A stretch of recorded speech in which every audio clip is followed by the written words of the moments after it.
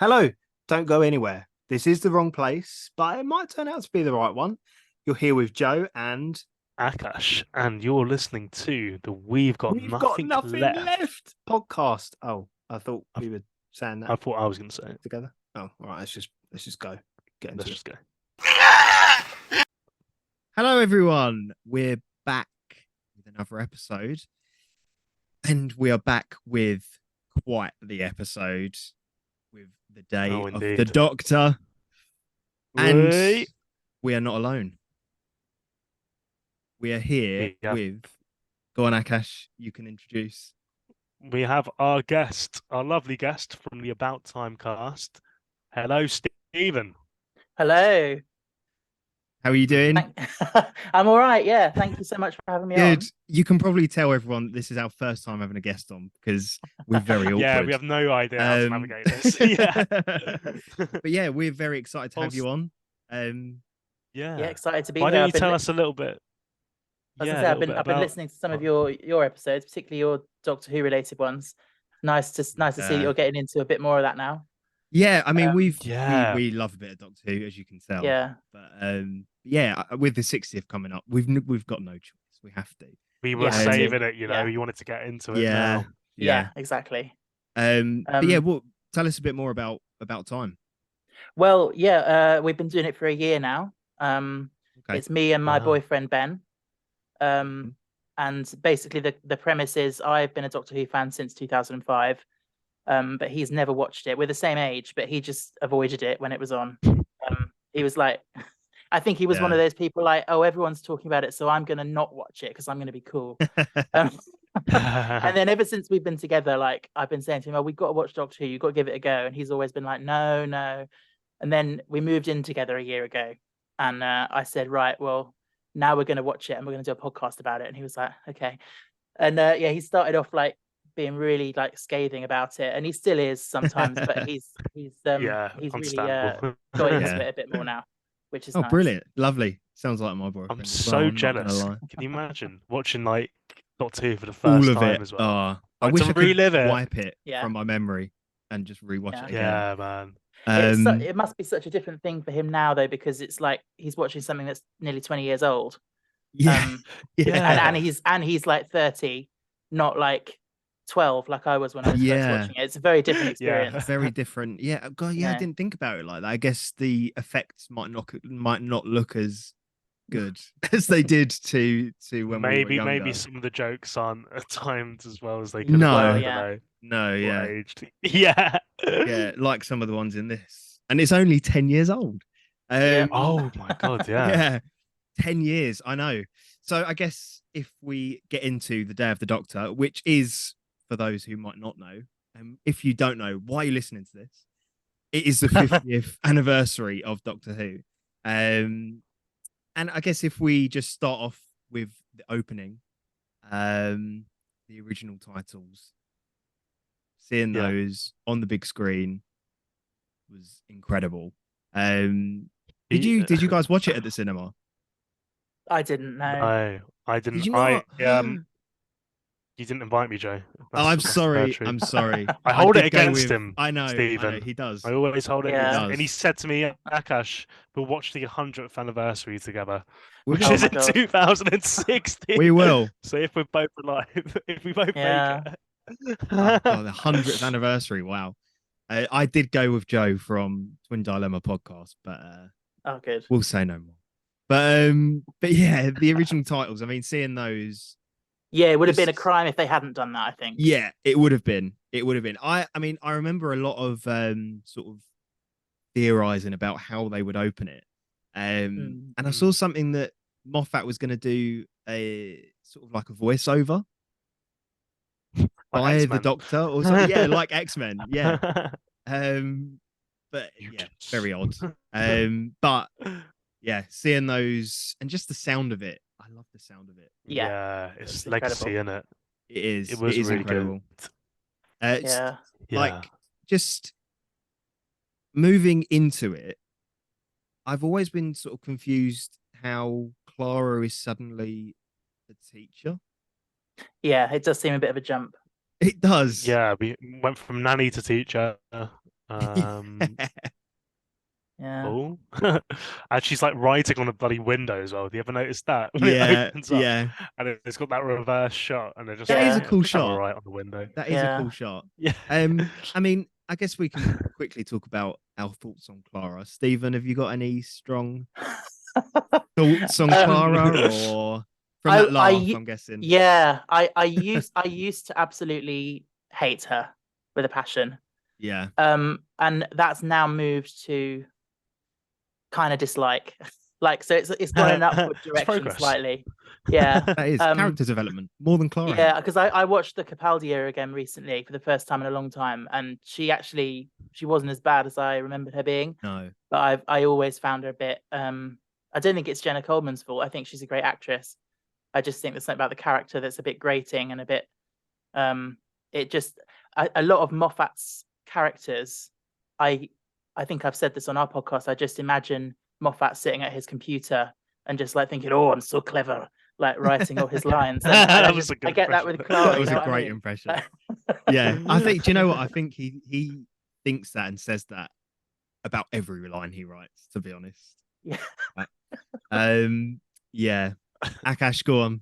What do you think about Clara? Yeah, it's very interesting because obviously at the time of watching her and stuff, I really sort of just maybe I don't know. I gravitated towards her. I think Amy was such a brilliant companion, and then I don't know. I sort of just naturally adjusted to Clara. But thinking about it, she was I don't know. The thing is, I was rewatching again a bit of a Capaldi episode, the one with Deep Breath, and it's like Clara automatically becomes like the Doctor's best friend. And thinking about character development, which was not something I was thinking about back in 2013, maybe it happened a bit too quickly. At the same time, I think because her introduction was so mysterious, I just feel like she was like a really like I don't know, cool companion, I guess. I like her Yeah, because I like Jenna Coleman, so it's very hard to maybe sometimes distinguish, you fair know. enough. Mm. Yeah. I hate Clara with a deep, burning passion. You know what? As you both have said, it's not Jenna Coleman's fault. I think she's a great actress. She's brilliant in Victoria, which is really the only other sort of thing I've seen her in. But how Clara Oswald almost pulled me out of Doctor Who. I always just found her really difficult to watch, and it's not just her; it's her interactions with the 11th Doctor that really just don't do it. They were an odd bunch. Her Yeah, and Capaldi are so much better. Like her yeah, and her and Capaldi Capaldi, yeah, made it like oh, brilliant. that's what I'm judging her from. Yeah, But yeah, because I know that strange. Joe and Ben mentioned it in their podcast, but like there is this weird, there's that sort of like chemistry between them, which is odd at points. Like Matt Smith was just doing, I don't know, I think it was Moffat's writing coming out of being a Yeah, bit of a sex pest. Pre-P Yes. But Series 7. Yeah, Yes. they addressed that in Deep Breath. I know this is digressing a little bit, but they addressed it when he's like, like I'm not your boyfriend. And she's like, "Oh, I never thought shut you her were." down. He's like, "It was never." Yeah, I never got that line until I watched it again. He's like, Yeah, "Oh, I never said it was your mistake." And he was like, "Yeah," admitting to his weirdness. just goes home and Yes. cries. Yeah, But yeah, Clara is, apart from Yaz, Ryan, and Graham, probably my least favorite companion of all Yeah. time. Can I just say I think Yeah. part of the problem for me with Clara was the way she was introduced was, you know, Moffat doing a very clever thing of like, is going to drip feed her in these different versions, and then she became this big mystery to be solved rather Yeah. than a person in her own right, you know. So the Yeah. first sort of that back half of series 7 that she was in, I found it hard to see her as a person, just more of a puzzle, you know. Definitely a And plot Yeah. so point. yeah, she got more character development as it went on, but yeah, it wasn't a great sort of start from that point of view. No, I think you've sort of hit the nail on the head, really. And I think for me as well, that's the problem with a lot of Moffat companions, apart from Bill, who I guess sort of gets that as well. But yeah, Amy with the crack in the wall from episode 1, It's just like the companions are more plot points than they are characters, like you said, Stephen. I do think it's like you need to ground them in reality in the time zone of Earth that you're like you set in Doctor Who in. And I think a way to do Yeah. that is having a character like Jackie Tyler or Mickey Smith to really sort of have them see that human side of them so you can Yeah. access them. But Jackie to Tyler. have someone like Clara, she just wanted to travel immediately, and then she's like Yeah. a bit of a Mary Sue in that she's a nanny, a teacher, can ride a motorcycle. Yeah. Like, cool. Yeah. But like, Yeah. But yeah, talking about the motorcycle, actually, moving on into the 50th anniversary. yeah, I good kind of segue. like it. I'm not gonna lie. I hate Clara, but I kind of like the motorbike. I don't know why, but I think. Do you know what? I think it's That just because. Go on. that was a stunt double doing it. He was that incoincident. That said that word completely wrong. How do you say that word? Incidentally, it was incidentally a man actually in Oh, a was it wig. I really? don't know if you guys Oh, knew wow. that. I Yeah, if did you not watch the know behind the that. scenes. I So didn't know that. that's all I think about in that opening shot. But Wow. it's a cool opening shot. Getting a man to stunt double for Jenna Coleman must be difficult because she is tiny. She's really short. Tiny, isn't she? Because I saw her in person at the Doctor Who festival in 20 like, gosh, when was series 9 coming out? 2016, 15? around then. And she is tiny, like she's really small. Anyway, I'll stop talking about how small Jenna Coleman is and get on with the episode. All right, Doctor. Yeah, sorry. Yeah. But do you know what? I think that the interactions between Clara and 11 at the start of this are actually really nice. Yeah. I felt like it was because the 50th anniversary was promoted so heavily and it was like a big thing. Yeah. I feel like they were aware there were going to be lots of viewers who weren't necessarily au fait with Doctor Who. And that bit where she first goes into the TARDIS, they have this conversation about they're sort of sparring back and forth about like I can't remember what they say, but it's like cocktails to the moon, on the moon, cocktails on the moon, and it's it's almost like they're saying this is what Doctor Who is. We could do this, we could do that. Yeah. It's like tempting new viewers in.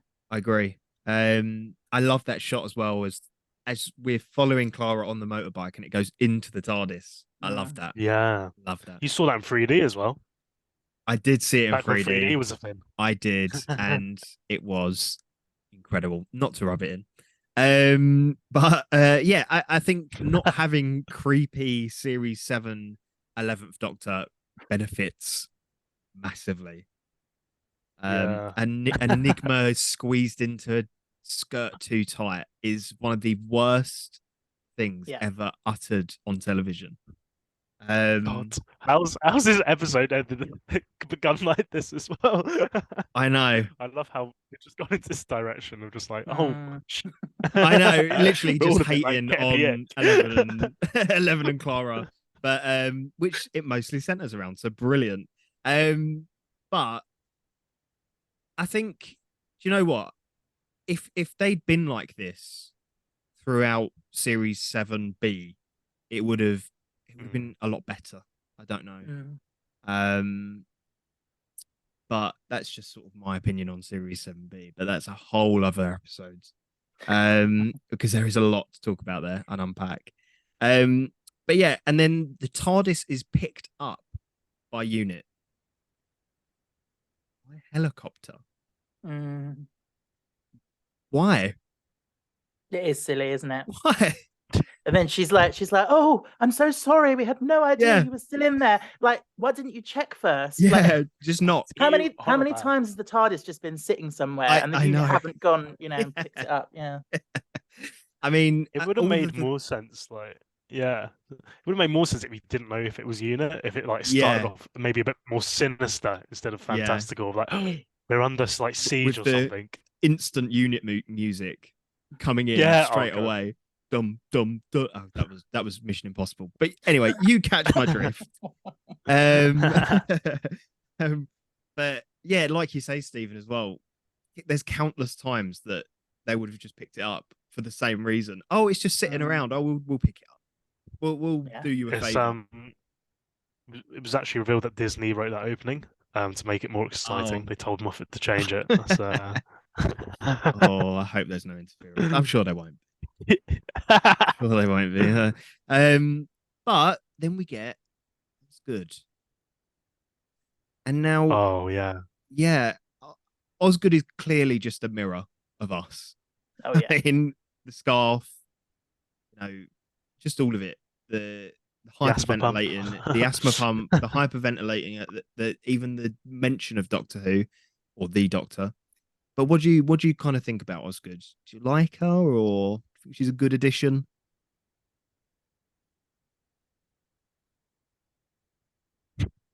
Hello. I don't Who's know. going first? No, I was going to leave you to Anyone can go first. I wanted The to. guest. The guest. Go on, Stephen. What do you To be think? fair, you go, Steve. Yeah, I don't know. I think on reflection, I like her quite a lot actually. At the time I probably wasn't too sure.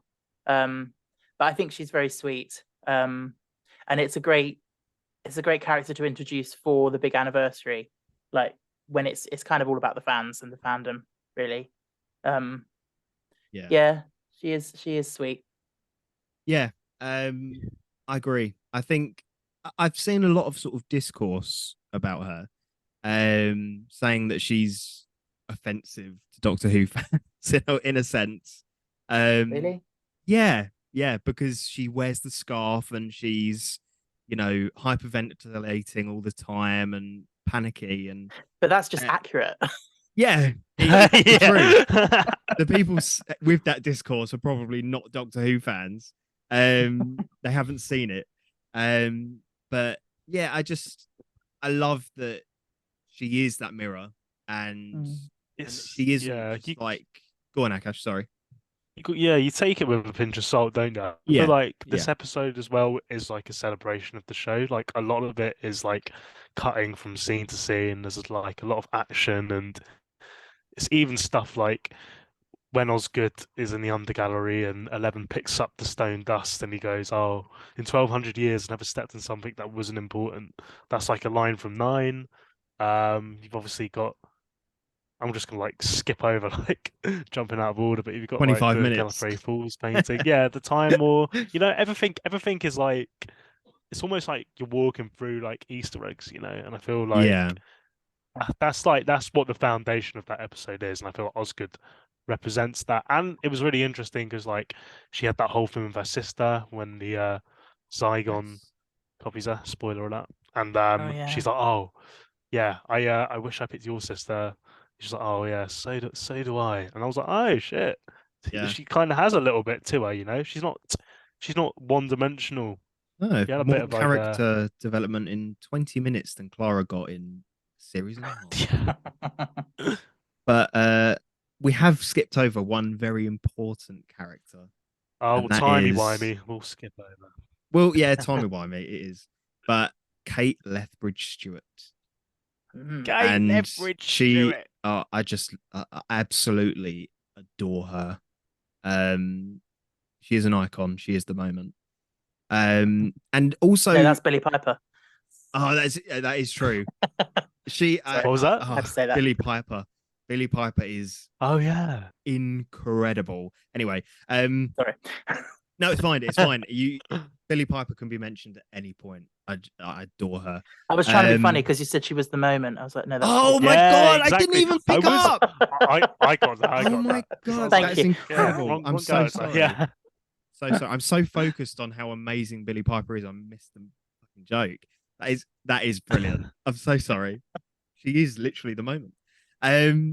But when she says about the Ravens needing more batteries, oh god, she's calling someone called Malcolm, and I just realised it's probably Malcolm from.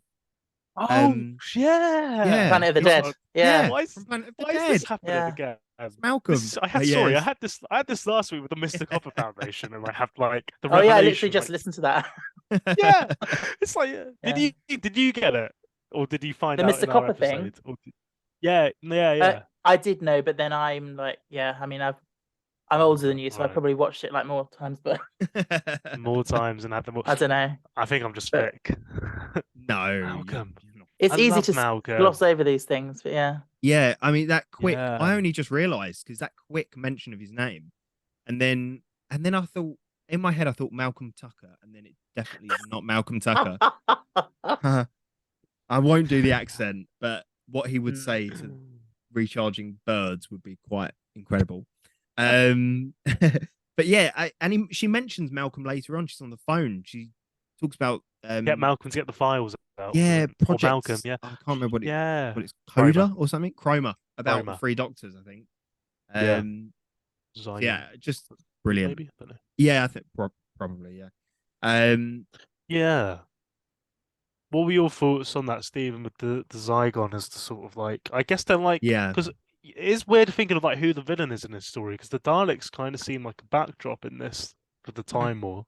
I guess the Zygons are maybe the villain or Yeah. the War Doctor.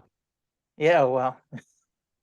I don't know. I think the Zygons are a bit silly, to be honest. I think they were put in because David Tennant they're like his favorite monster or something. Right. I mean, they're okay, aren't they? Especially in this, like they're not really, their role isn't that significant.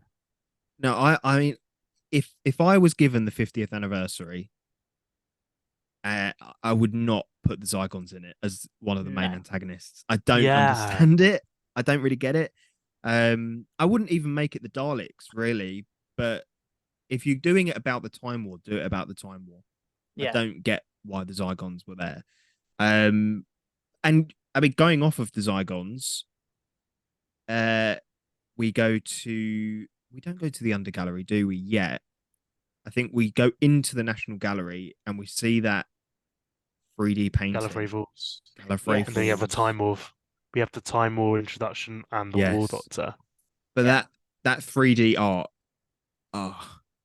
it's so incredible. Yes, we get it. You watched it in 3D. No. It was incredible in 3D as well. But no, it was just to see it, like, even I watched it today, and even just to see it on a 45-inch TV is still just insane. It does look cool. It does look amazing, and that was on our walls, I think, as a poster. But the thing I don't understand about it is the Doctor calls it Time Lord art, and he says something about it being like a frozen snapshot in time. Yeah. So, in what way is it art? Like, where's the creativity or the artistry in that? Is it like a photo that it's been like the framing's been decided, or I mean, if it's literally just a snapshot in time, it's not art, is it? That's my view. But... No, yeah, and how did it get there? Tom Baker, mate. Yeah, it's true. Oh yeah, that is true. Curator. I guess art is subjective. It could be the stasis cubes as the art. Maybe someone who invented that. But I get what you mean. Like reading it literally. It's just literally taking a photo and I mean, put it in the National Gallery. Be art, but it can be, yeah. But maybe not in the National Gallery. But like you just said, Aakash, maybe the stasis cube itself is like the idea of looking into a snapshot in time. That is the art itself. Like, I could see that. Yeah, and the sudden sort of tension and panic on Matt Smith's face as he sees it, and the crossfade between his eyes and John Hurt's eyes, incredible. And then the Time War, as you were saying earlier, Aakash, the Time War begins. And for me, just goosebumps every time I watch it. The music, the shot of all the Dalek ships coming into Gallifrey, just all of it. Oh, mate, I know. Really, really good special effects. Like, really, just the music of Murray Gold. Oh, man, all came together.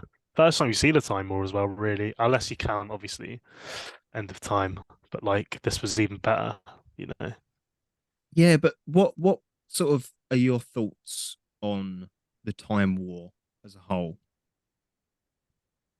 Go on, Stephen. You can. You can start. Go on. Yeah, I think. I'm really in two minds about the way it's included in this, because I always thought that the way the Time War is talked about in the Russell T Davies era, you know, it's described in all these amazing terms, like, and these things that are never fully explained, like the jaws of the nightmare child and all that. And like that gives so much to your imagination that I feel like actually seeing it would never live up to.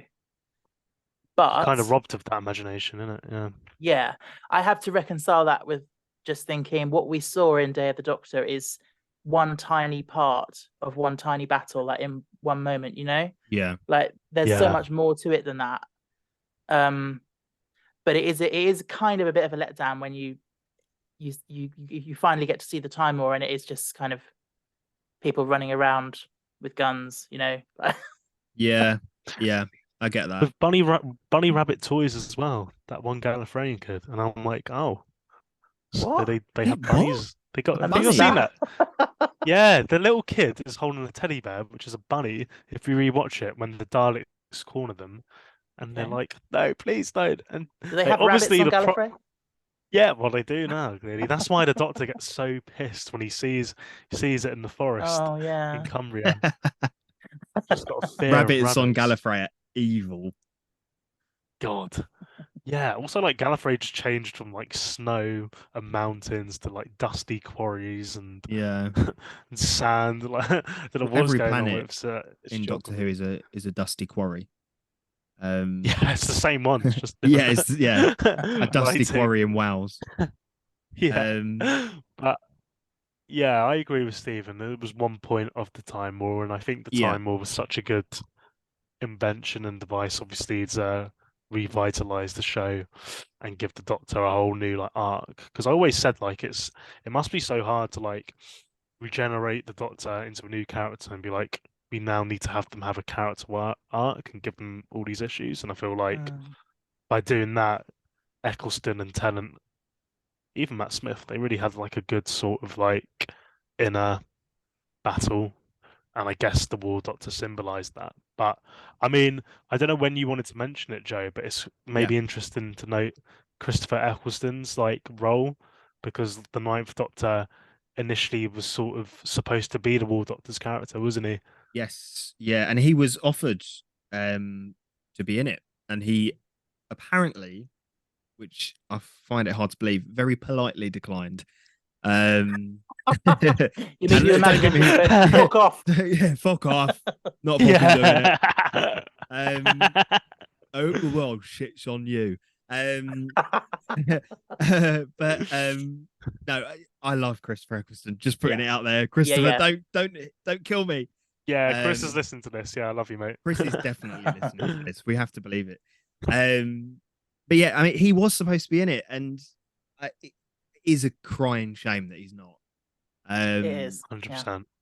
But you know, you've got to respect him. You've got to respect the actor, the actor's choice, and it is what it is. You know, John Hurt, we with what we're given is just incredible in my He opinion. didn't have much time as well, you know. Like No. if you watch the confidential, the behind the scenes of it, he's like, I had to make a decision quite quickly because they had a point, didn't they? Where they were doing the 50th, sorry, and the only person contracted to be in the episode was Jenna Jenna. Coleman. Yeah, Yeah. Jenna Coleman. Yeah, like, I remember we need to Stephen find a saying doctor. that. Didn't he Yeah. have to write a script that just revolved around Clara? Yeah, it was A supposed to be the one-woman name of the show. doctor, Like, wasn't it? One, Yeah, oh my god, her this would be jumping a through the time very stream and going. yeah. This would be a Yeah. very different God, podcast if that was there fucking. would be no 60th. There would be No, we there would would be just no time of the Doctor if that was the case. Um, I've always wondered if when Christopher Eccleston said no, like presumably they then asked Paul McGann because that's like the next logical choice before I you thought that, yeah. before you then Yes. invent a whole new incarnation. yeah, it's very confusing the sort of It's a decisions revolving around that. It is a crying shame, isn't it, as well? Because Yeah, I only had the TV movie, and he was so good in The Night of the Doctor. I really wanted him to like be the War Doctor. You know, I feel like that would be a perfect transition. But the maybe Night he of the needed Doctor. someone darker. Yeah, and Yeah, while we talk about the Time War, the Night of the Doctor is a perfect sort of segue, because I remember when that came out because I think it was supposed to come out on like the 16th of November, and then it was about to be leaked that Paul McGann was going to be in it, or that episode was going to be released. So they had to release it on the 14th, and yeah, just the fact that and seeing him in that, it's like we've said, it's such a shame that he's not a bigger part of it. But I am glad that he got his, on-screen regeneration, which is important. I yeah, think. 100%. Yeah, that was a wonderful moment when he said that he's the Doctor, and he's like, probably not the one you were expecting. Yeah, Like yeah, chills, yeah. yeah. It's a perfect thing Kind to, of like a nod. yeah, nod. Yeah, I couldn't get my words out, but yeah, thanks, Aakash. Yeah, it's perfect nod. To what Even we're seen sort him of with thinking. like a New Who TARDIS exterior, it just looked Yeah. really cool. Like, Yeah, I mean, like, there is still time, guys. Give him a Disney Plus spin-off, please. Just give him like 5 episodes or something. I don't know. yes, I need more. He's Capaldi's age as well. Like, yeah, he can do it. Like, I feel like as a whole, from what we got from the Eighth Doctor, it was a perfect sort of like transition, or like that's not the word, or maybe it is, from like classic Who to New Who. I yeah. feel like that prologue really served Integration. it. That's what the 50th did. It sort of filled in the gaps, which was sort of really nice. Had a purpose. That episode. Yeah. And obviously, he's not the only Doctor in this episode. We have the delight of many fans, one of the favourite Doctors of the whole fandom, Mr. David Tennant returned in that little shot in the under gallery, and we finally got the conclusion to or the explanation of why Queen Elizabeth I shot him with an arrow Oh yeah. in series 3. Oh, know. Doctor. Doctor. It sounds like Davros. What have you It done? does, yeah. It does. I sworn enemy. I think it sounded like the face of Bo a little bit when he's just like, Oh, thank you. Doctor. So now I'm Davros and the face of Bo. Your impressions are that bad that they're subjective. Yeah, the only impression I can do is Kermit the Frog, and I will not be doing it here. Shame. I'm sorry. Maybe one day. Yeah. But yeah, I mean, the 10th Doctor is he's not my favorite Doctor, but just seeing him, he's probably my second. My favorite's Peter Capaldi, always. I just think he's the perfect choice, and I'm sure I'm going to get hate for that. But 10 is, 10's always up there. But, and this is a big but, I'm sorry, Aakash, the hair. I was about to say it. What The did you hair. guys think? I was about to say it. Honestly. Go on, Stephen. What do you It's think? actually never bothered me that much. I mean, if you look at him in like some of series 2, like his hair is quite similar to that. 3. Yeah, Yeah. and 3. True. Yeah.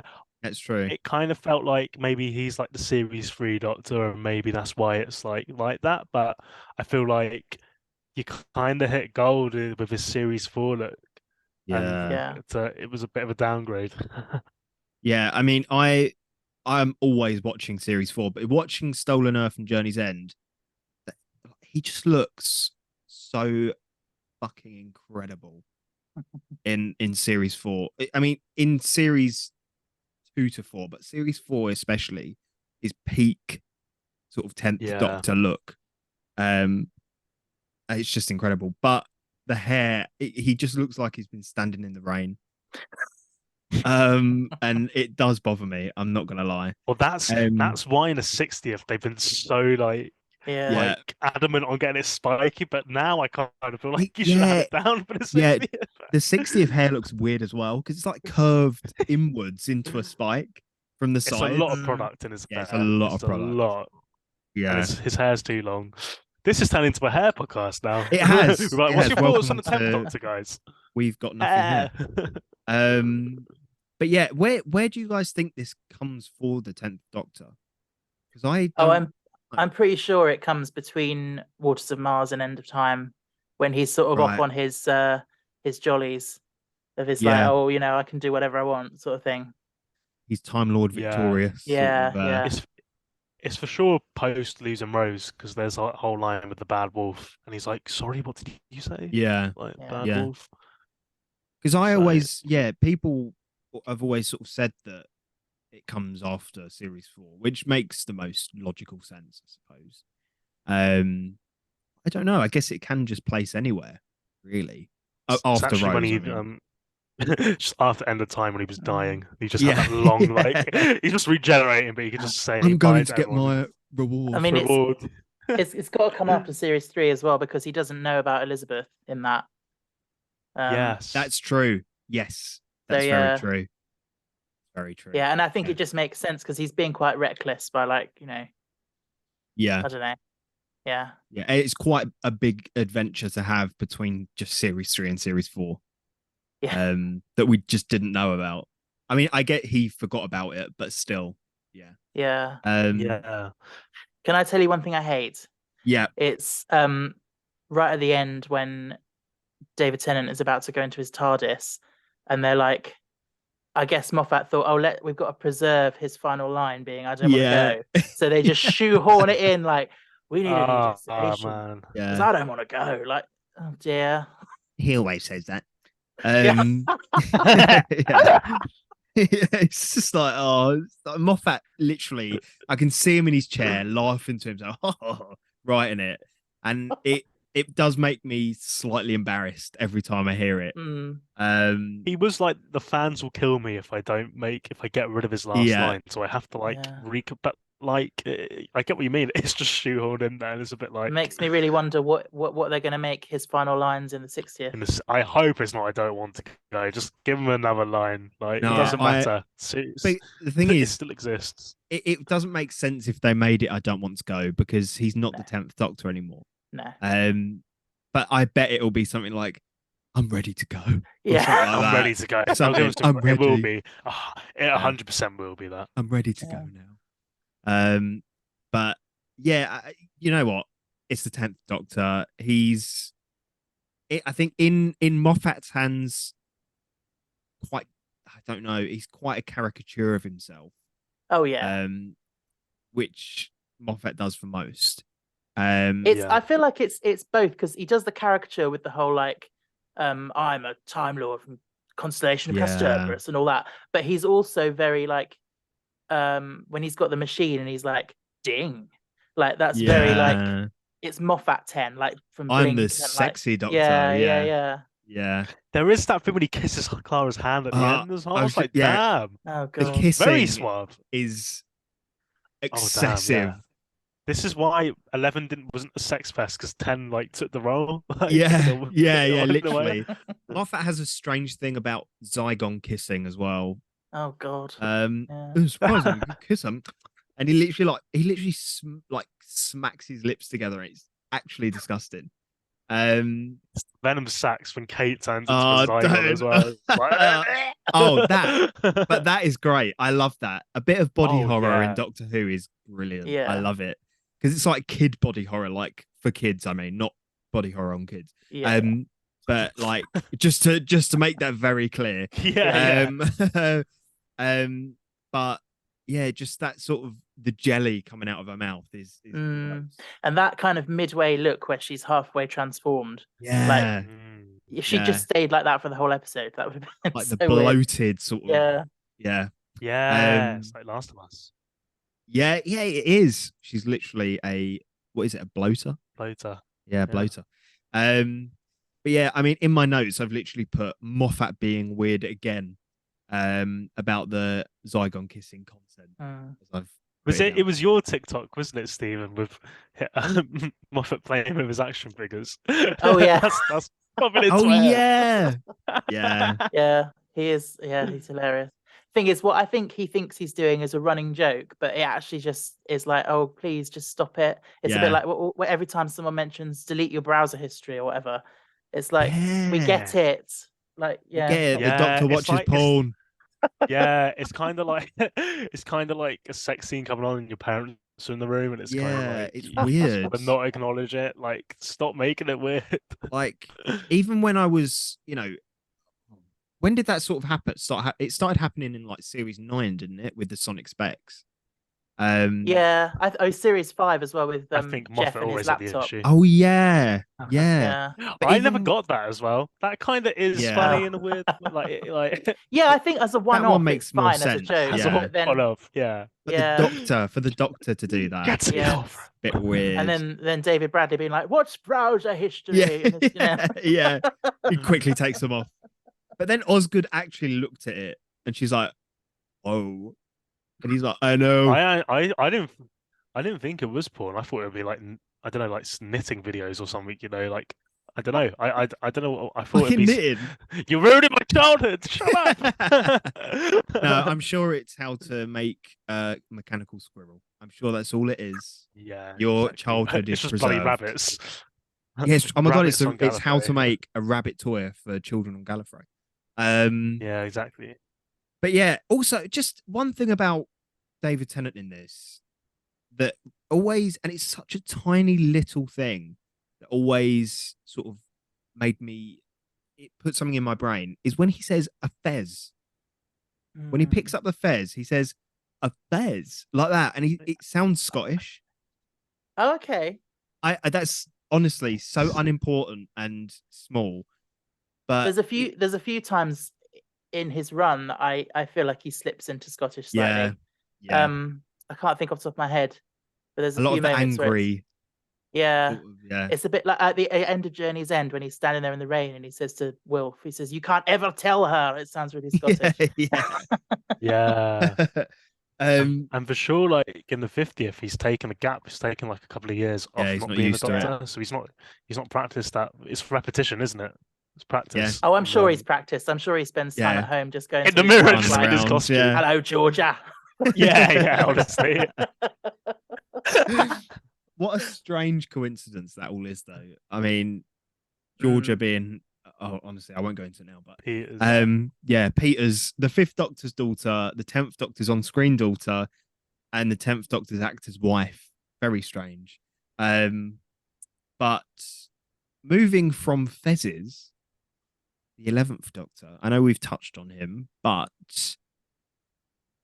I personally, he's probably one of my least favorite Doctors.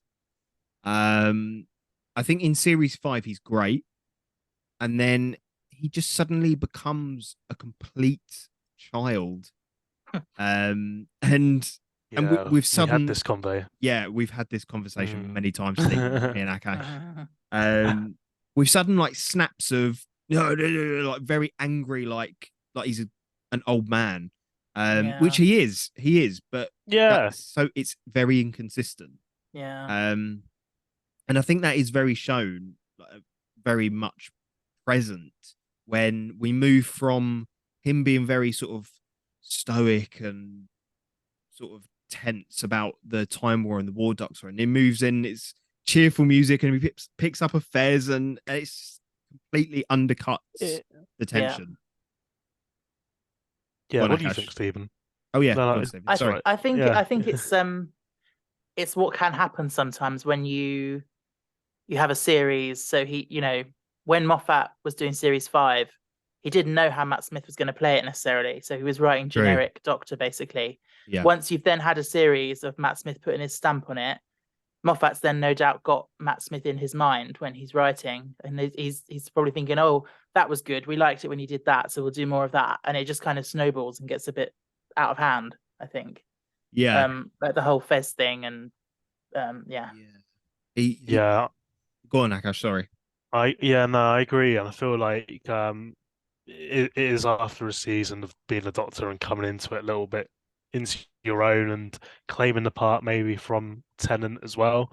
I really prefer his performance in series 5, but saying that, if you maybe like make Gallifrey his trauma or something, like psychologically reverting back into a child isn't like something that's unheard Yeah. of. Like it kind of makes sense, you know? And it's like it being a kid's show, it kind of like if you were like 7 years old, you would feel like you could find the Doctor accessible, maybe a little bit more. Yeah, I So get it's that. interesting. I get that. I think for me, it more than anything, it's him acting like a child, but at the same time, like sexually assaulting Jenny. like just kissing her like out Oh, of gosh. nowhere. We jumped episodes, haven't we? Yeah, I was like, And- Jenny. Oh yeah, His sorry, daughter. yeah, no, not Jenny, the daughter. The Crimson Aura. The oh god, Crimson Horror, Jesus. Yeah. But yeah, just like that sort of side of the 11th Doctor. But I feel like apart from the Fez moment and things like that, he's at his sort of best here for me. It reminds me of Series 5 Doctor quite a lot. But yeah, I don't know. I just think having both 10 and 11 on screen at the same time, 10 just trumps him for me. You think so? What did you think Yeah. of their relationship when they both like come like after the whole Fez spin and they're sonicking, or just throughout the episode? What did you think of them? Go on, Stephen. I love all the interaction. Actually, I think it's fun. Yeah. It's a nice opportunity to poke fun at what makes each Doctor unique. Yeah. Like calling him Dick Van Dyke and then the hand flapping and Yeah. stuff like that. Sand It's- shoes. Yeah. Yeah. Yeah, I like that stuff. Although, you know, I don't know, some things like the comparing the sonic screwdriver sizes is again, it's just Yeah. Moffat being Moffat. I was going to mention that. Compensating. Yeah. Yeah. Compensating. For what? Yeah. Regeneration, it's a lottery. Yeah. I'll tell yeah, you what, go on. that sonic screwdriver scene was really good though. Like with the same Yeah. software, different case, and Oh, Billy that's obviously. amazing, yeah. Yes. Yeah, Billy. Yeah, oh my, we haven't- yeah. We haven't talked mentioned about it yet. Obviously, being the moment, as Stephen referenced, I think it was a Yeah. really smart way of bringing that back in as the interface. Yeah. Obviously, being the first, there's that shot at the end where the War Doctor is about to press the big red button because the Doctor loves a big red button, and you literally have it like with him in the center, 10 on the right, 10 on the left, 11 on the right, Clara next to 11, Rose or Bad Wolf or Moment next to 10. It just, you see like, like the legacy of the show. It was a really good shot. Yeah, That's nice. that's true. Actually, I haven't thought about it like that. And I like that Moffat didn't, and he said this that he avidly didn't want to do this. He didn't add or change Rose's story in any way. This isn't Rose. It's not. No. It's not her. But it's just nice to see her, and to have her be the reasoning that these three Doctors come together. Like she opens up.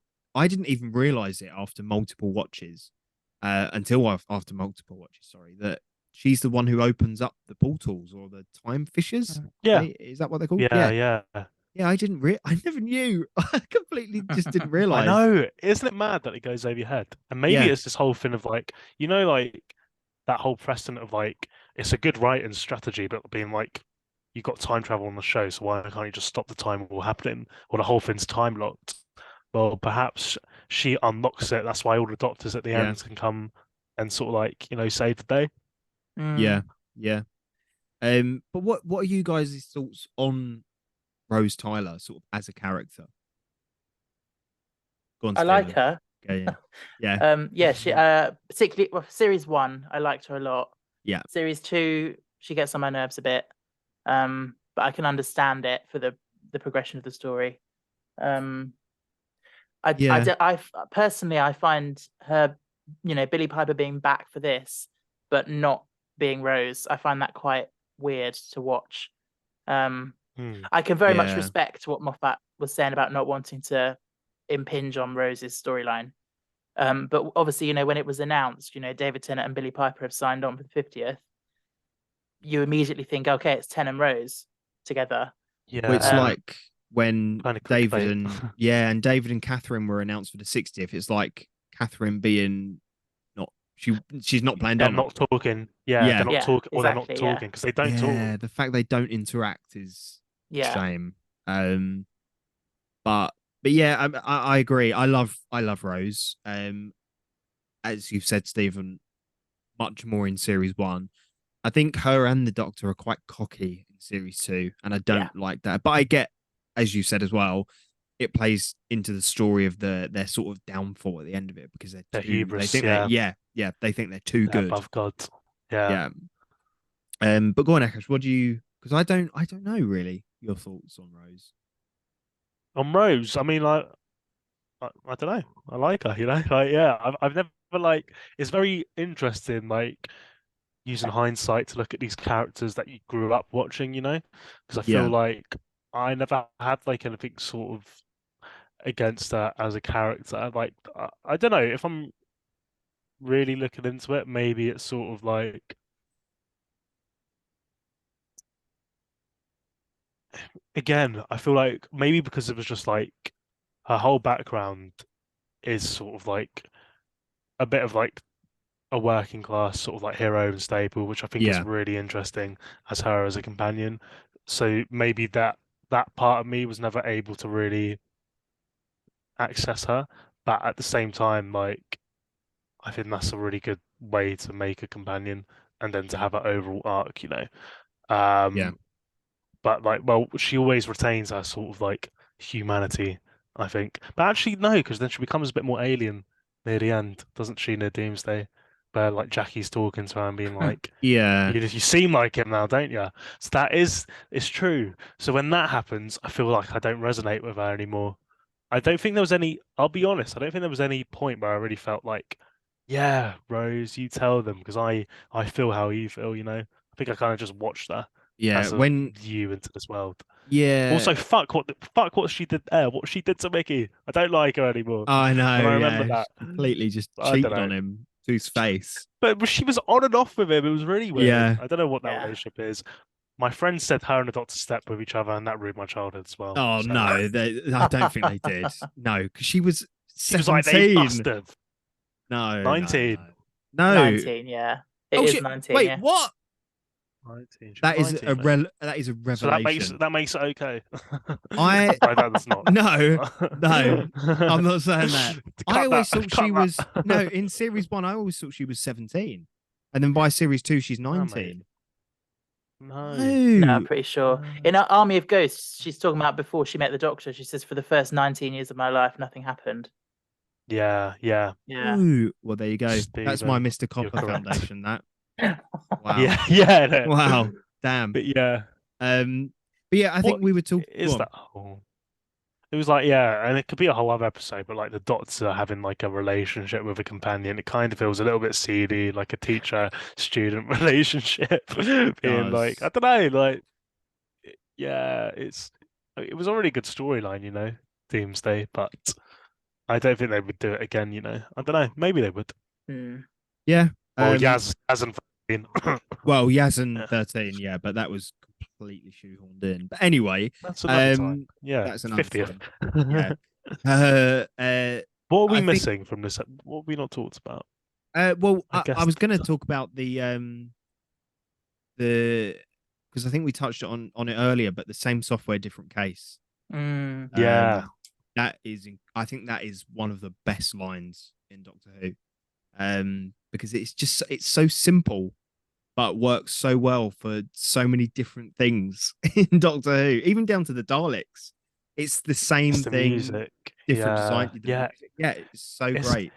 it's the first time you can actually see them as like, oh, they are all the same character. Every Yeah. time they speak, it's like a different thought, and one of them occupies that. It's like Yeah, in that line, it's like, this has occurred to me. This is what I'm like when I'm alone. When Eleven says Yeah. that, I was like, oh, damn, yeah. it is.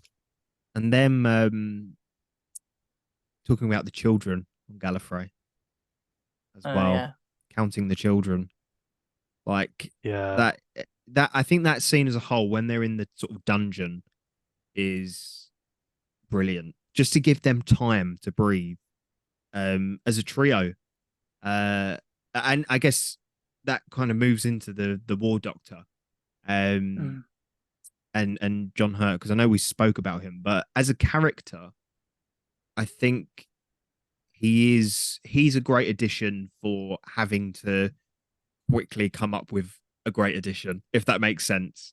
Yeah. Yeah, he had that legacy. John Hurt could just, Yeah, you would buy it. If anyone was going to instant. be a short Doctor, he had the Yeah, What did you think, Stephen, of John Hurt as the War Doctor? Well, yeah, I think he does a great job, and I think like because the whole point of the War Doctor is that he's not really the Doctor, like he's sort of a non-Doctor, like he's different from all the others. I like that he's not particularly doctorish, like the Yeah. others are. Like one thing that I was thinking when I watched it the other day is that like he has a beard, and like you never see the Doctor with a beard. Like Yeah. True. beards Yeah. are kind of like traditionally like The master. they symbolize, they do, they sort of traditionally they symbolize untrustworthiness. Yeah. And like so the Yeah. fact that you've got this kind of shady part of the Doctor that's been hidden away, and he's got a beard, and he's sort of and a bandolier as well, like of sonic screwdrivers. Yeah. It was and a it's cool proper costume. it's a great costume, and a proper Yeah. scraggly beard as well, like it's rough. Yes. But yeah, like you said, Aakash, I think it is a great costume and a great sonic screwdriver as well. That integration of classic sort of I don't know how to say it without sounding rude. Shaft. Yeah, I don't really want to call it that, but yeah. You might as well just embrace it now. Yeah. Now I need to mark this as explicit on Spotify. Yeah. I only said what we all thinking, it's true. guys. It's true. I used to do one reviews on YouTube, and I used the word shaft quite a lot. So I'm used to it. And it's wearing a fez, the Sonic, pretty much. It's got like a red bit on the end of it. Basically a fez. I was wondering what you meant there. Yeah. It's kind of like the second Doctor's as well, like just like a simplistic sort of tube effect. Like hasn't got the nice like cannon. Don't know what if you call it that, like the bullet-headed like thing that the third Doctor had. It's simplistic, always like less is more, and that's what the War Doctor was, as like his between 8 and 9, and I think he was just a really good addition, and man. Even his TARDIS. John Hurt. Yeah. Because was that actually his TARDIS in the sense of like, when it's glitching and stuff and he's jumping from TARDIS to TARDIS? I thought it was a glitch where, it's trying to compensate for the three of us, so it's created this interior. But then in the 50th, when he's not in the 50th, in the last scene, he's flying that control room. So was that his console room, do you think? Yeah. Because I think because that's actually 10's TARDIS. Yeah, so they go from 10 to War to 11 to 11. They occupied the space. Oh, okay. Yeah. It is 10's TARDIS. It's from a Doctor Who because they walk in. Yeah. Like, shit. Which they only had for half a day to film in. I know. Which is why they come up with that whole sort of integration of the different TARDISes, because they couldn't use it for very long. God. Yeah. What? How can Doctor Who not use Doctor Who? I know. So stupid. Doctor Who goes to the Doctor Who experience and says, "Can I have my TARDIS?" And they say, "Only for 4 hours." Yeah, that's quite crazy. But yeah, I think Eccleston's just working at the experience. Yeah. I know it's really silly, but I absolutely love when they're gushing about the round things, and they're like, "What are the round things?" And they're like, "No idea." Yeah, it's brilliant. It's brilliant. And then, but they kind of have the round things as well, don't they? Well, I guess not as much. What, the roundels? Who does? Yeah. Well, 10 kind of does, but they're sort of like bold, aren't they? Yeah. They all have their own versions. Yeah. But like not the proper staple roundels. Yeah, exactly. Yeah. The round. But yeah, I think the War Doctor is just great, and having him be sort of the cliffhanger of the previous episode, and I saw in the script for what is that episode called? Name of the Doctor. That's the one. Yeah. Moffat wrote, and the most famous actor in the world turns around, so he didn't even know who it was going to be, which is brilliant. But yeah, I think moving on from the War Doctor,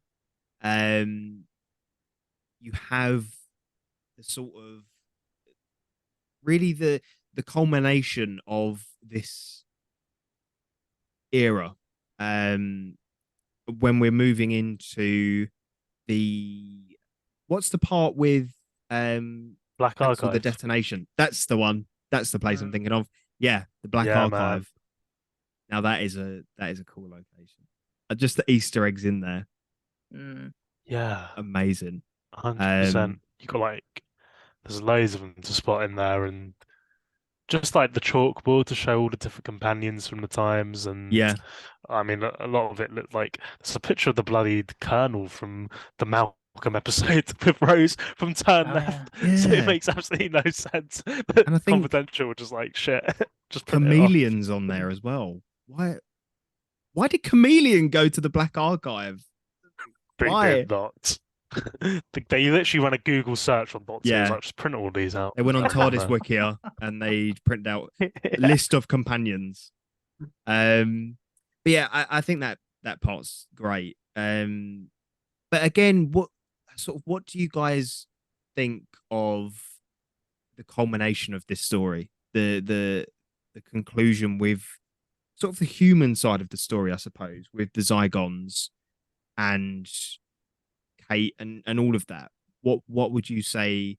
Because I guess we have sort of two endings in a sense with this and the Gallifreyan ending in a way. What would you sort of say your thoughts are on the cancel the destination ending? I'll call it. I mean, Yeah. yeah, I don't know. I don't have that many thoughts, to be honest. It's like it obviously it goes to set up the Zygon story they do in series 9. Yeah, Which is nice that they didn't just leave it dangling and they did actually address it. yeah, yeah, And yeah, yes, actually, like in terms of conflict and when you've got two very clear sides, and people find it very easy to forget that actually, um, what am I trying to say? That lives are precious, and just because yeah, you're on one side or the other, so the fact that they removed their ability to know who was who, it was a clever idea. Yeah. yeah. I think as soon as they Yeah. both say cancel the detonation, it Mm. like what you say, they realize that is it really worth it? Their people will suffer, It's Yeah, like Yeah. it really resonates. It's like I can really get what you're saying as well, Steve, and it kind of like resonates like current times as well, like just Exactly. Yeah. wars going mm, on. It's hard. But yeah, it's always the innocents that die, and the Doctor knows that, and yeah, that's really what like tugs at your heartstrings when he's like saying like it's a decision that you'll never be able to live with, and I feel like it really foreshadows sort of like the redemption of not only the War Doctor but all three of them, or just the Doctor as a character is one person. It's just played by loads of different actors, yeah, and yeah, they really get to fix their like largest mistake, and it was such clever writing to like have it engineered in a way where it will stick with the continuity of making it look like the Daleks destroyed Gallifrey and the Daleks died, when in reality they killed each other in their crossfire and yeah. Gallifrey disappeared. And yeah, I always had that vision in my head of loads of TARDISes uniting before the 50th. So like to actually see it, you can tell like Moffat is a fan as well. Like we've all had Yeah. those sort of like iconography in our head. And yeah, I think it was a really, really good conclusion until Chibnall decided to destroy Gallifrey again. But Again, that's an episode for another yeah. time. But just coming on to that bit with the TARDISes, the no sir, all 13. That honestly, to see his eyes, those Scottish brows, ah, so good. Even though we never saw Peter Capaldi's Doctor do anything that remotely resembled him going to Gallifrey to save it. But anyway, but yeah, just to include Peter Capaldi in the 50th in some capacity was incredible. I guess it kind of mirrored duty in 60 as well, like having the next, Yeah, yeah, yeah. I don't know how big Very it will true. be, but it's like it's passing the torch Yeah, on, which is always what the show is yeah. about. But yeah, I think with them coming to actually save Gallifrey, it is a retcon. It's a big retcon because we all believed and were told that it was destroyed, and I think Russell T Davies believed that it was destroyed as Yeah. well. Can you imagine Russell just watching this? He's like It's like, drinking oh, a cup of shit. tea. He's just like spilling it off. Yeah. But I think it's a good way of retconning something that doesn't completely break things. And I'm not Yeah. referring that to the Timeless Child, because I don't think that. But Mm. but yeah, I think it's a clever way of doing something big without it being enormous, if that makes sense. Like, it is an enormous thing, Yeah. but And then it's giving him a new mission as well, like I yeah, need to find Gallifrey now. It's yeah, still lost. Like yeah, I'm still the only Time Lord that I know of without the Master, but yeah, yeah, like I got to find it now. So it steered it in a good direction. yeah, yeah. But I think, to wrap up, the Curator, Oh yeah, Mm. man. seeing Tom Baker back as the Curator, and honestly, just incredible. Stephen, what did you sort of think seeing Yeah. him for the first time? Well, not It for the was first so time, but back yeah. again, I mean. It was so well done, like, because you feel like you've come to the end of the episode and like, oh, there can't be any more surprises. Yeah, And that says you sort of, you're off your guard. And then yeah, yeah. and then just obviously he's got the most iconic voice ever. Oh, I So think you might. yeah. I thought that was Yeah. Capaldi. When I first watched it, I thought it was Capaldi speaking. I was like, oh, and then I was Ah, like, Yeah. who the fuck is this? No, I'm Yeah. joking. Yeah. no. And it's so good that he actually did it, because I think he's had a bit like Yeah, Eccleston, he's had a bit of a complicated relationship with the definitely. show. Yeah. So Well, he yeah, denied being in Power of the Doctor, I think, because of how he was treated on the set of Day of the Doctor, which is, really. Oh. yeah, You know. yeah. Apparently, he was kind of just ignored because he was just one of the old doctors. Oh, Um, okay. I mean, this is what I've heard. This could be complete Yeah. bollocks, but Yeah. as most things are. Mm. But just to sort of, as well, the roundels on the wall. There are roundels. So is the National Gallery just his TARDIS? That would be cool, wouldn't it? Or just that gallery section in it. Yeah. Yeah, it's just he's just landed on it and That created would it. make sense. It also fits in with this whole continuity of his last line of like, you might bump into some familiar faces, but only Yeah, the favorites. And now you're getting 10 again, and it's and like, yeah, okay, let's explore this idea. What happens yeah, when you regenerate? You know, what happens to that personality? You have the edge with the 13th yeah, Doctor. yeah, So it's cool. yeah. And then we have that final shot of all of the Doctors up to that point standing in the mist, looking up to Gallifrey, and I just don't think there was a better way of ending it, really. No, it was a Be good honest. episode. Start to finish, it was just paced perfectly, and I think like Yeah, it's a good celebration, like we said. yeah. I mean, I have problems with it. Like, you have problems with most episodes. Yeah. But yeah, Stephen, what would you say your final thoughts on the 50th? Yeah, no, I think I've grown to like it more over time. I think at the time I was a little bit maybe disappointed. Yeah. But yeah, I think it's a good celebration considering all the difficulties they must have had. They pulled something really good together. Yeah, I think it is a celebration. And I think all of the anniversary episodes should really just be treated as that. And I do like that now they are being used as this big sort of event where you expect large canon alterations to happen. Yeah, In that sort of sense. it breathes new life into the show. Like it's a reason why it's the longest running sci-fi TV show in the world. And I Yeah. feel like, especially the last couple of years we've had, I feel like this upcoming 60th, like the 50th was so big that these anniversary events really bring the fans together, and it kind of like saves the show and like gives it new legs. It kind of regenerates it.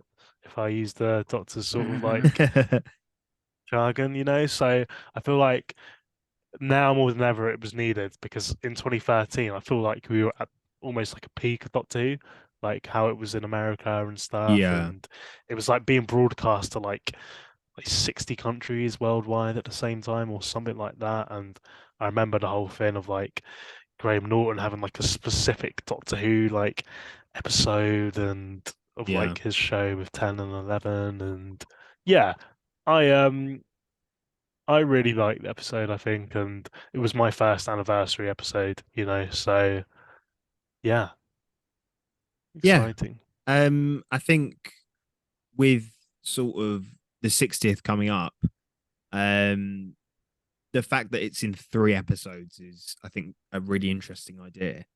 Yeah. But having that one singular anniversary special is, without repeating myself, is special in a sense that it feels very unique. You can say the 50th anniversary special, not to say that the 3 episodes for the 60th will be terrible, because I'm sure they will be incredible. But yeah, I think Yeah. the 50th, with its flaws, I don't know if it needed the Zygons in it. I was going to call them the Gizons then. The Zygons. Look, let's just let Zygons be Zygons. Someone had to say it. Someone had to say it. But even though that was very good, that You is won't be having me on again with jokes like that. Oh no, definitely will. Trust me. Especially with the moment one as well. That was incredible. That's the best joke that's ever been made on this podcast. Can you write our stuff for us, please? Yeah, please. But I think having them included, it is what it is. They've got a great design. Even though it is a bit sort of suity, if that makes sense. It's like it's always hard sometimes within the classic era Alien into modern Who, and I feel like, especially as someone that's only like really seen New Who, I always love it when I can see like the sort of foundation and the classic monsters, and I feel like if I watch a Zygon in a classic episode now, I won't feel as, I don't know if anxious is the right word, but less like alien. Like I'll recognize something. Yeah.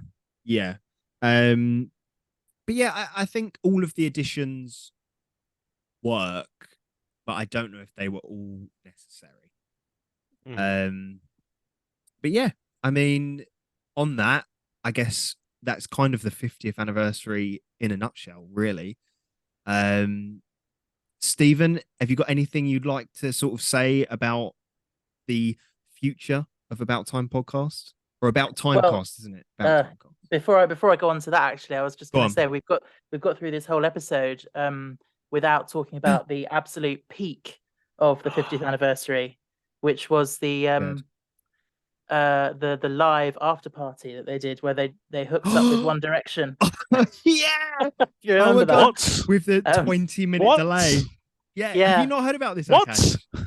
No. It's the most painful and hilarious thing you've ever seen. Wasn't it 1D day at the same time? Yeah. And they were. Oh my God. I think they were in America, weren't they? And they were trying to like talk to them across the satellite thing. Yeah. And it just kept echoing and feeding back. And Stephen Moffat's just sitting there face palming, like, head in his what hands. is my life? Yeah. Yeah. And John Hurt's on the end of the sofa, like, what the fuck is going on? I was in the Elephant Man. What is this? Live link up, epic fail. I'm watching that after this. Gotta watch it. Honestly, it looks slightly familiar. I do remember. It's not even. It's not even the full One Direction. It's like Niall and Liam. And it's so awkward because they were about to ask them questions about the episode, and they're like, "So we've been so busy, we haven't actually watched the episode yet." Yeah. Like, okay, what are you even doing here then? Like, yeah. Just because it's 1D day, and then it's like, isn't it Zoe Ball presenting it? Yeah. And she's like, "Happy 1D day, everyone," and they're all like, "Hey, okay, yeah. Why are we doing this?" But Stephen Moffat, bless him, he just sat back like, "What am I doing here?" But poor Matt Smith, you can see he's trying to be like, he's trying, come on. But I realize he's on his phone, like throughout the interaction with One Direction. You can see him like bring out his phone and check it. Oh. Yeah, he brings out his phone and checks it. But that is the best bit is when Zoe Ball's talking to, I think it's Liam, and there's literally like 10 voices of feedback between them, and it's like this, like speaking over each other. Don't know why they did that. That's the Kind of true like this 50th podcast. anniversary special. That is, Yeah. that is. Do you know what? I didn't even know that was a thing until recently. I saw it on TikTok the other day, actually, or YouTube, I think. And yeah, it's such a strange thing that they just It had was a to very strange push thing. Yeah. One It's that Direction. thing, isn't it? Of like, let's put One Direction in and get more traction for Doctor Who. Yeah, Mm. yeah. Blow it up. And they had a load of like old classic companions in attendance and stuff, including Carol Ann Ford. The other thing I always remember Really? from that is Zoe Ball went round and she sort of did little mini interviews with all the sort of guests. And she said to Carol Ann Ford, "So you were in the first episode in 1963. How does that compare to what you've just seen?" And Carol Ann Ford was like, "It doesn't bear any resemblance at all." She goes, "It was amazing, but I don't know what was happening." Yeah. He hasn't watched an episode since An Unearthly Child. Yeah. Probably didn't even watch that either. No. No, I love Caroline Ford. I don't know why she hasn't been in it since I what, know. 5 Doctors? Yeah. Get her in that companion support group. Come on. Yes. Companion support group with one of the companions just being an iPad.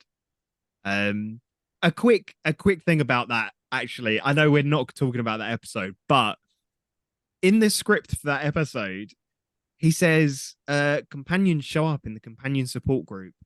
Martha Jones, Brian Sinclair, and Jackie Tyler. Did he forget He must have that done. she's in another dimension? Oh yeah. Just goes to show it.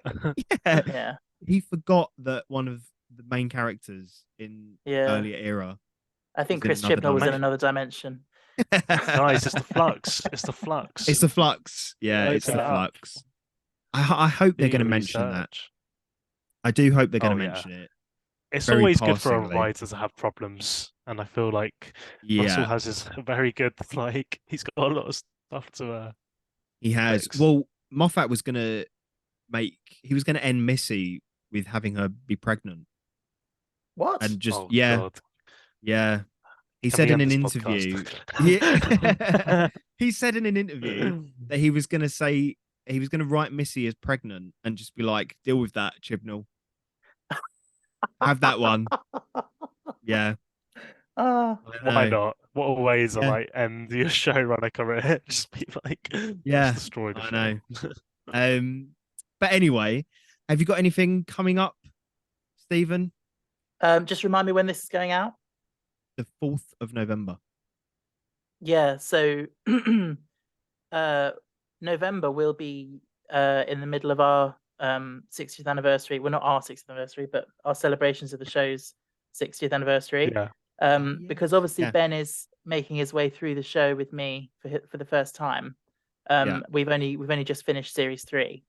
So there's no way he's Wow. going to be able to watch the 60th anniversary specials because they'll obviously spoil things majorly Yeah. for him. So instead of that, we're looking at some things from the past. So we're doing the TV movie, we're doing the 5 Doctors. Oh, brilliant. We're doing Oh, some cool awesome. stuff like that. So just to sort of do our own little celebration of the anniversary. Yeah. Yeah, Awesome. Amazing. That's what it's all about. That's Yeah. really nice. Yeah. I think we all have to celebrate it in our Yeah. own way as well. Yeah, exactly, and like recognize the past, and appreciate that as well. Yeah. So that's Yeah. really Yeah, well, endearing. wait and see on that. Yeah. Yeah. I did see your series 3 rankings, and I must admit, Human Nature and Family of Blood, 100%. Yeah, the best. 100% the Oh, best. But yeah, I mean, it's been an absolute pleasure to have you on. As our very first guest. I know. Thank you for having me. It's been a No, pleasure. honestly, it's been Thank great. you for coming And on. yeah, thank you for coming on. Really big because, fans. Yeah, Yeah. your content's great, and just to have fellow Doctor Who people to talk In to, this community. yeah, Yeah, 100%. yeah, Yeah, it's very nice. it is fun. But yeah, Should we thanks let a lot. Stephen end it? Have you got Yeah, anything? go on, Wait, Stephen. how do we even? I've forgotten how we've done it now. We Oh, just yeah. butt into each other, but Yeah, Yeah. literally. go on, Aakash, you can ask it. Yeah, Stephen, have you got anything left? I think we've got nothing left. Hey! Oh, Perfect. All right, guys. See you later. Perfect. Bye. Bye. See ya. Bye.